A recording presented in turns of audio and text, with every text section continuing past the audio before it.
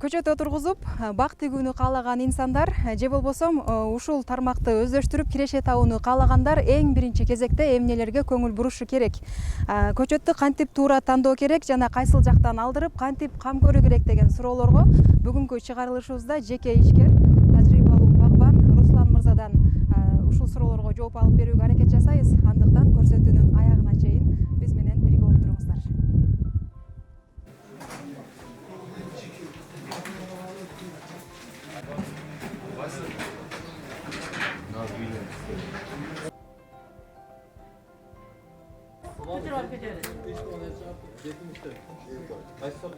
Мен аты жөнүм Бекназаров Руслан, агроном консультантмын. Өзүм Кыргыз-Түрк Манас университетинин айыл чарба факультетин бүтүргөм 2021-жылы. Ошол 4 жылдан бери Түркия мамлекетинен карлик интенсивдүү көчөттөрдү алып келип, элдерге бак кылып берип иштеп келебиз. Өзүбүздүн жеке 6 гектар багыбыз бар азыр. Ушул турушта ал бак экспериментальный бак.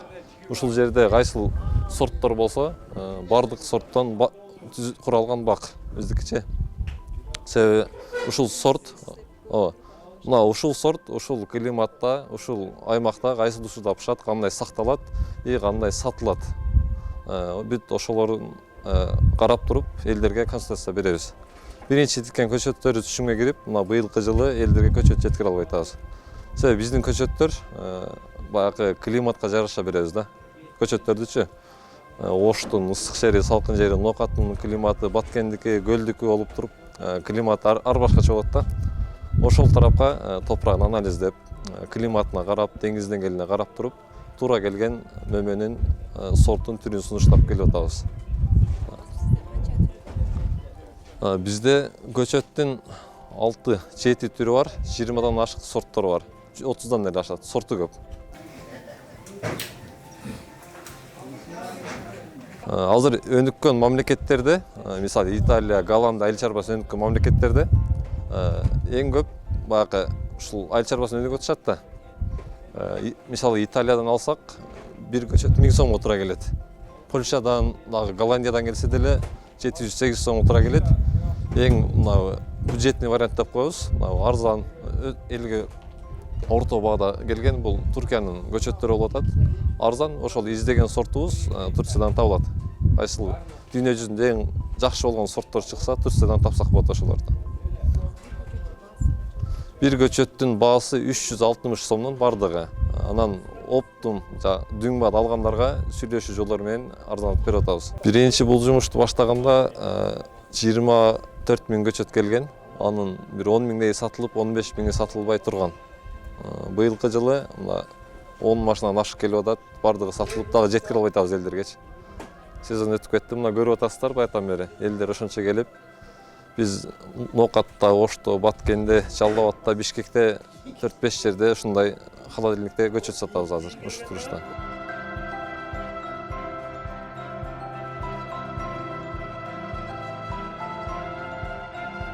Биздин Жанатан деп коет, Крипсон деп коет. Ошолордун жаңы клондору булар. Скарлет Спур, Жерамин, Редчиф, Суперчиф деген ошол ред делишесинин үй-бүлөсүнө караган алмалар. Буларды салкын жактарга сунуштайбыз. Эң акыркысы могу Скарлет Спур деген алма. Бул сүйрү болот, стаканчык болуп. Базарда эң жакшы сатылган ушул. Мына Жерамин кара кочкул болуп, капкара алма болот. Бул базарга киргенде башка алмалардын сатып алгыңыз келбейт да, только ушул алма сатып алам деп каласыз. Ушул жакшы сорттору. Бул Гала деген ысык жактарга. Булар салкын жактарга болсо, бул Гала ысык жактарга сунушталат. Августтун 10-дору, августтун сентябрга чейин бышат. Той сезон башталат экен, мен Кыргызстандачы. Ошол той сезонго деп аябай жакшы сатылды. Мына мен өзүмдүн сүрөтүм турат. 110 сомдон 90 сомго чейин сатылган алмалар ушулар. Мына бул Golden сорту бардык жактарга туура келет. Көбүнчө алмаларды чаңдаштырууга тигилген алма Golden сорту. Бул Розиглов Pink Lady деп коет. Өзбекстан бүт ушул сорту тигип атат азыр Розигловду. Себеби бул ысык жактарга туура келет дагы, ноябрда пышат. Анан мартка чейин, ошол жазга чейин холодильниксиз сактоо мүмкүнчүлүгү бар. Эң сочный, эң каттык алма ушул. Бул жаңы сорт. Бул Innored Story, бул сорттон өзүбүз экспериментке тиктик. Түрктөр айтып атышат, бул келечектин алмасы ушул алма болот. Атышат, башка алмалар эмес, ушул алма келечектин алмасы болот деп айтып атышат да. Бул Innored Story деп, бул дагы каптуу экен, товарный вид жакшы болуп, бул келечектин алмасы ушул деп коюшту. Эми буйруса эми көрөбүз. Ушудан былтыр тиктик, быйыл буйруса эмесин көрөбүз, алманы. Эми бардык эле гиляс дейт. Черешня гиляс, кокон гиляс деп коебуз, алча деп коебуз гөлдө. Ошондой бизде ушул 4 сорт бар. 5-6 сорт бар негизи. Негизи ушул 4 сортту сунуштап атабыз. Кордия, Регина, Скина, Зираат сорттору. Булар бардыгы негизги сорт болот. Мына Кордия менен Скина биздин баягы гилясыбыз менен тең пышат. Калибрлары 30-32 болот. Жакшы. Анан дүйнө жүзүндө эң калибри чоң болгон сорт Зираат сорту. Калибри 36 мм чейин барат. Чоңдугу, сабагы узун. Бул гилясты экспериментке тиктик, быйыл көрөбүз мемесин дагы буйруса. Ушул гиляс Кыргызстанда берип калса, канча болсо да тиксе болот. Мыначы эң чоң гиляс ушул. Гилястар тууралуу ушундай. Анан алмурутка келсек, азыр жыл өткөн сайын алмурутта бактериальный ожог деген эмеси бар. Рак илдети бар. Ошол болгонайынан алмуруттун баасы өтө кымбаттап кетти. 200 сом, 250 сом, 300 сом, 400 сомго чейин сатылып атат азырчы алмурут. Бизде ошол бактериальный ожогко туруктуу делген сорттор бар. Ушулардан тиккендер жакшы киреше көрүп атышат азыр.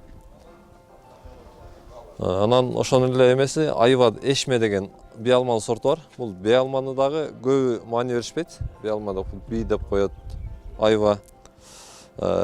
Буну тигиш керек экен. Мисалы, Балширин өзү айтып атат, жылына 150 тоннабы, примерно ошо 150 тонна же 50 тонна деди. Точно эсте жок. Биз Өзбекстандан сатып алабыз деп атат да. Болгондо 150-200 сомдон. Ошондон дагы бак кылып тиксе жакшы киреше алса болот. Шабдалларга келсек, Шабдалынын биз бир гана эң эрте бышкан, эң кеч бышкан сортторун сунуштап атабыз. Себеби эрте бышканда шабдалынын баасы кымбат болот. Шабдалы жакшы кымбат баага сатылат, мисалы июнь ичи.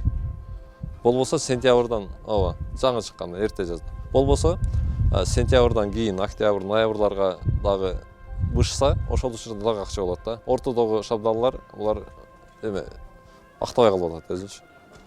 Бир касы жок экен. Бир жазылбай калды. Мына көчөттөрүбүз. Мына ар бир сорт бир боодо 10 көчөт болот. Мына жазылат. Түр черри гиляс, сорту Зираат 900, родсток подвой тамыры максимум 14. 2023-24 жылга. Анан бул жакта ким чыгарды, ким экспорт кылды. Мына биздин дагы менин контакттары бар бул жердечи. Мына мен 94-05-05 мен Осо Бактыйлы Агро Макфидан жылыктан импорт болуп келди деген жазылат. Бизде өзү көчөт тигилгенде 95%ке гарантия беребиз. 95%тен түшүп кетсе биз төлөп беребиз көчөттөрдү. 95% көктөсө бул жакшы эле жыйынтыктан натыйжа. Өрүккө токтолсок, өрүк, абрикос деп коебуз эми. Өрүк бизде Кыргызстандын климаты эң ысык делип келген Кадамжайдын, Бүргөндү, Опуха, Торговый айылдары, Аравандын ысык айылдары, Шамалсай, Лейлектин арка зоналары. Ошол жакта жаз эрте келет экен. Бул өрүктөрдү биз берип атабыз. Аркага бердик. Аркада апрелдин, жок, майдын баштары бышты. 2-3-төрү. Кадамжайдын Торговый деген айылына Опухада 27 апрелде бышты ушул өрүктөр. Прица өрүгү. Эми эрте бышкан өрүк бизге Өзбекстан, Тажикстандан келип эле 200-300 сомдон сатылбаса жок эле да. Ушул сортторду алып келип тиктик, өзүбүздүклөр жакшы акчага сатып атышат азыр ушул өрүктөрдү. Өрүктү эми биздин көчөттөрдүн баары коммерческий болгон үчүн биз кийин өзүн актап жакшы түшүм бере турган сортторду гана беребиз да. Өрүктөр тууралуу ошондой. Анан кеч бышкандагы өрүктөрүбүз бар, аларды сентябрга чейин бышырып дагы жакшы акчага сатса болот. Өрүк тууралуу ушул. Мына кайналы Стенли, Анжелина деп 2 сорту бар. Бул Стенлинин канттуулугу жогору, кою болот. Мунун 60 50%-дан жогору как болот муну кургаткандачы. Баягы биздин барге көрүктөй чоң кагы түшөт Стенлинин. Анжелина деп коет. Анжелинаны азыр деле баягы Оштун жакшы фрукту саткан жерлерине барсаңыздар, ушул Анжелина кайналысы турат. Кара өрүк. Баасы 400 сомдун үстү. Бул кышка сакталат. Өзгөчөлүгүчү. Кеч күздө терилет дагы. Негизи Россияда болсоңуздар, Россияда дагы маркеттерде бүт кайналы турат. Баягы кышы менен ушул кайналы кышка сакталат. Мына жакшы бак кылса болот. Анан бадамга токтолсок, бул бадамдар Feragnes, Ferradell, Makako дагы бизде 4-5 сорту бар. Алар эме болот. Булар кеч гүлдөйт биздики салыштырмалуу. Каласаңыздар бакка барып, Башбулакта баг бар, тартып келсек болот. Өрүктөр гүлдөп бүттү, бирок бадам дагы деле гүлдөй элек биздин бадамдар. Бул баягы бадамдын эң негизги риск бадамдан. Эрте гүлдөп гүлдүн үшүгүрүп атпайбы? Биздин бадамдар кеч гүлдөйт да. Ошон үчүн ушул бадамды сунуштайбыз. Бунун кабыгы каттык болот, бирок маңызга иштетилет. Бунун майлуулугу 60%дан жогору болот. Буну кондитерге иштетилет, ун чыгарат, башка кылса болот. Баягы сырттан келген базарда турган сухофрукту базарда маңыздар турат, 3 см деп баягы будаларга коебуз го. Ошолор основной ушул бадамдардан чыгат. Эң негизи ушул бадамдар. Будан канча тиксе дагы болот да, бирок көбүрөөк тийиш керек. Жок деген 10 гектардан баштап, андан жогору тийиш керек дагы. Баягы аппаратын коюш керек. Чага турганчы. Бадам. Жаңгак биздин жаңгактар быйыл өтө эле арзан болуп кетти. 20 сом, 30 сом болуп, эң проблема болуп аткан жаңгак болду. Себеби бизде бирдей формадагы жаңгак жок. Бирөө тоголок, бирөө чоң, бирөө кичине, бирөө сүйрү, ичи чукума болуп атып туруп, биздин Токойдо жаңгактар ар түрдүү болду. Биз бирдиктүү ушундай сортторго өтсөк гана жаңгактарыбыз жакшы бага сата алабыз. Бул Турцияда 2 доллардан сатылып атат, бизде 20 сом болуп атат жаңгак. Бул жаңгактар маңызы ак болот, кабыгы жуку болот. Ушундай жаңгакты Кытайдан эле чыгып атат. Биз тиксек жакшы сата алабыз жаңгакты элечи. Кыскача ушундай, ушулары бар. Мына өзүмдүн багымдагы алманы тергендеги сүрөттү коюп койдум атайын. Бул ошол 90 сомдон 110 сомго чейин сатылган гала сортундагы алма, галава. Бул Red Club деген жүзүм. Мындан дагы тигиш керек. Бул баягы основной маркеттерде кызыл чоң болуп турган жүзүм. Ул каттуу, экспортко жакшы да, көп кетет. Сакталат.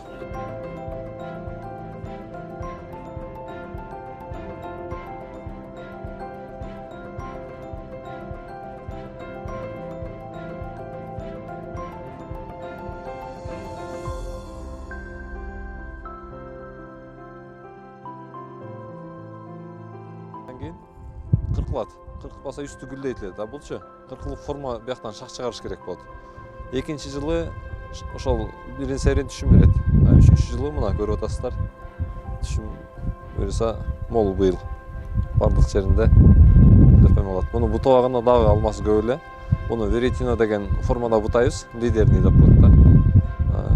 Баягындай шпалера коюлат, интенсив бактаргачы зым тартылып жүзүм эккендей.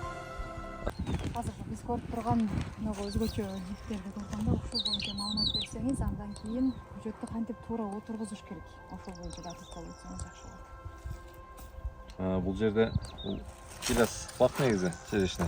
Гиляс деп коебуз. 4 сорт отургузулган. Мен тиякта көрсөттүм 4 сортун. Регина, Корда, Сират, Скина депчи. Сортуна жараша буталат деп дагы айтып кеттим. Бул дагы лидерный формада кетет. Кореянын кырсалары бар, тиктокто жүрбөйбү? Шактарды ушинтип ийип туруп, ушан толуу түшүм алгандар. Бул мынабы шак ийилгенде ортодо эме болот да. Кийини өзгөрөт дагы. Мыналар өскөн эмес, түшүм берген аракет кылат. Тик кетсе бул баягы ылдыйдан келген суу өйдө карап өсүп эле боло берет. Өскөн аракет кыла берет. Качан бул шак ийип койсо, бир күндө ушул бүчүрлөргө 8 саат күн тийсе 1 жылда. Экинчи жылы ушул мындай гүл бүчүргө айланат. Эгерде күн жакшы тийбей калса, кайра эле плодовый почка болбой, өсүүчү эме боюнча кала берет да. Булчу өсүүчү бүчүр болупчу. Күн маанилүү, анан ийиш керек. Ийгенде күн жакшы тиет. Ичинен эмелер өзгөрөт. Камби ошолор өзгөрүп туруп. Ушулар быйыл гүлдөйт бирин серин. Бул деле ошол алмалар менен кошо жыл өтүп үшүнчү жазы быйылкы. Үшүнчү жалбырак жылы башталып атат. Анан көчөт отургузганда бул карлик, айрыкча карлик, бул карлик көчөттөрдө кыйыштырылган жери сөзсүз түрдө ылдый болуш керек. Ылдый болбосо мына үстүнө эгерде тамыр атып кетсе, бул кайра эле бийик өсүш тарак болуп калып кете берет да. Анан көчөт отурганда биз бул жерге чукурун 70 казганбыз. 70 казып туруп, топурак анализине жараша 400 граммдан диамофос НПК деген азот, фосфор, калий, күкүрттү камтыган минеральный азык бар. Ошону түгүнө берип туруп, үстүнө 1,5 капалан кумур салганбыз. Анан топурак менен аны жабып туруп, мына көчөттү таза эле топурак менен көмгөнбүз. Биринчи жылы өтө сыгырды, анан түгүнө салынганда. Бул эми бул жерде көчөт бир 20-30 жыл, 50 жылга чейин жашайт да. Ошондо эле эптеп баягы кыргыздар калпак окшоп эле чукурду казат дагы тамырлары батпай калса кыркып туруп эле эптеп отургузуп коебуз да. Ал туура эмес. Бул жерде каттуу катмарды кыркыш керек сөзсүз. Жылда айдалган 20 сантиметрде каттуу катмар болот.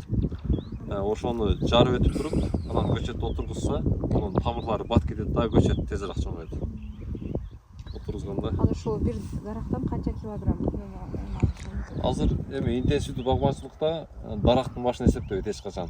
Эми адамдын саны дүйнө жүзүндө өсүп атат, өскөн сайын жерди үнөмдүү баягы максималдуу пайдаланыш болот да максатчы. 1 гектар жерден ким канча эмне алат депчи. 1 гектар жерде мисалы Италияда 150 тонна алма алат да. Бул бир нокаттын айынан чыкпашы мүмкүн. Бирок 1 гектар жерден азыркы ыкма менен алышат. Бул келястан 30 тонна алышат мисалы. Жакшы өнүккөн. Бизде 7-10 тоннага чейин чыккандар бар Кыргызстанда. Бул негизи интенсивдүү багбанчылыкта жерди максималдуу пайдаланышта. Ошондо гектарына деп эсептелинет. Келястыкта бир 15 тонна, алманыкы 70-80 тонна алса, бул өтө жакшы көрүнүш. Жакшы жыйынтыктар эсептейбиз.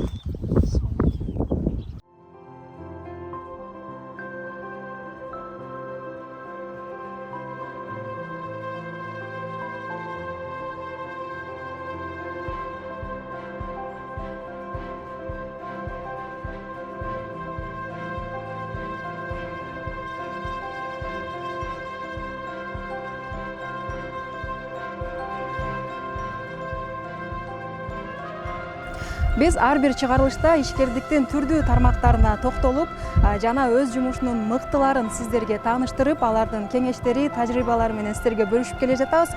Кийинки чыгарылыштарыбыз дагы бир гана сиздер үчүн тартылат. Андыктан урматтуу телекөрүүчүлөр,